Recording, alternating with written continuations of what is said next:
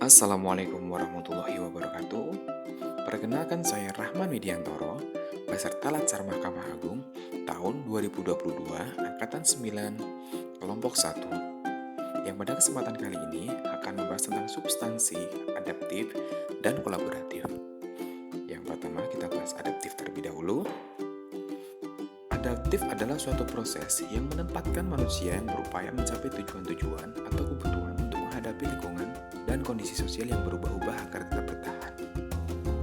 Setidaknya, terdapat 9 elemen budaya adaptif menurut Manajemen Advisory Service United Kingdom yang perlu menjadi fondasi ketika sebuah organisasi akan mempraktekannya, yaitu purpose, cultural values, vision, corporate values, corporate strategy, structure, problem solving, partnership working, dan yang terakhir, the rules.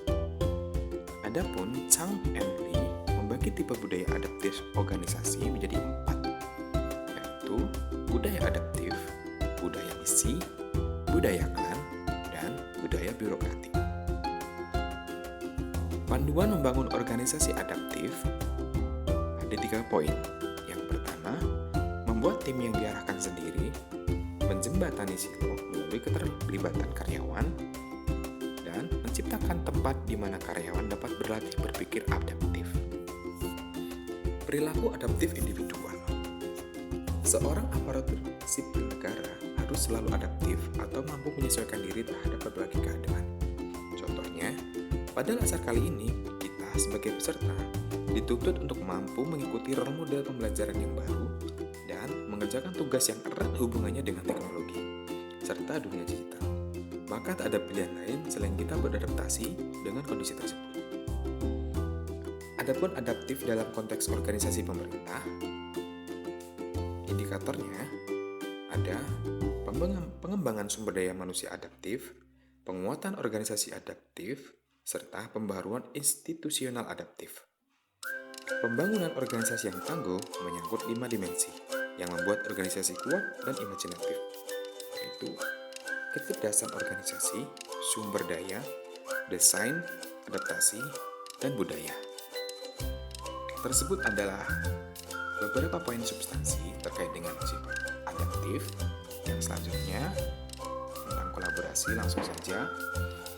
Pengertian kolaborasi oleh Dyer Einstein mengungkapkan bahwa kolaborasi adalah value generated from an alliance between two or more firms aiming to become more competitive by developing routines.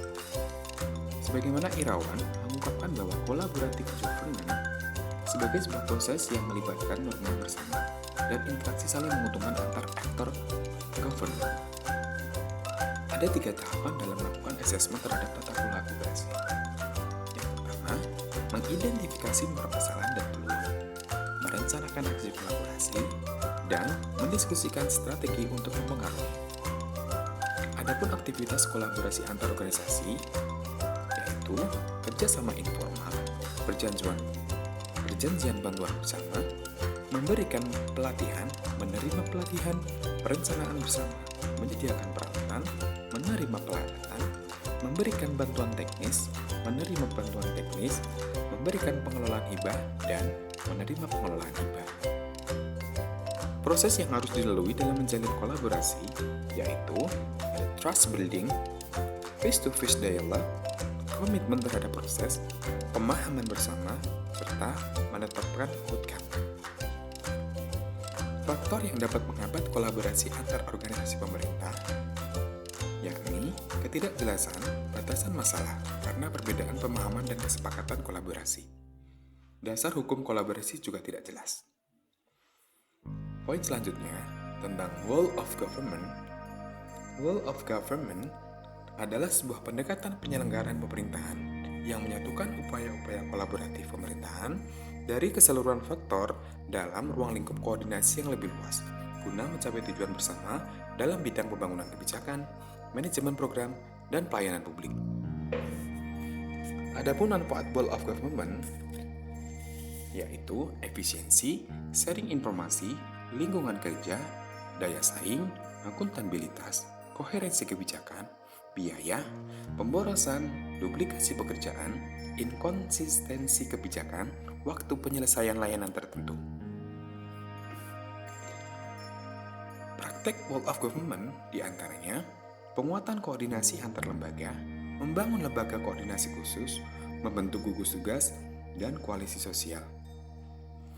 Adapun klasifikasi WOG atau World of Government berdasarkan jenis, yaitu pelayanan yang bersifat administratif, pelayanan jasa, pelayanan barang, dan yang terakhir, pelayanan regulatif. Sekian dari saya penjelasan terkait dengan substansi, adaptif, dan kolaboratif.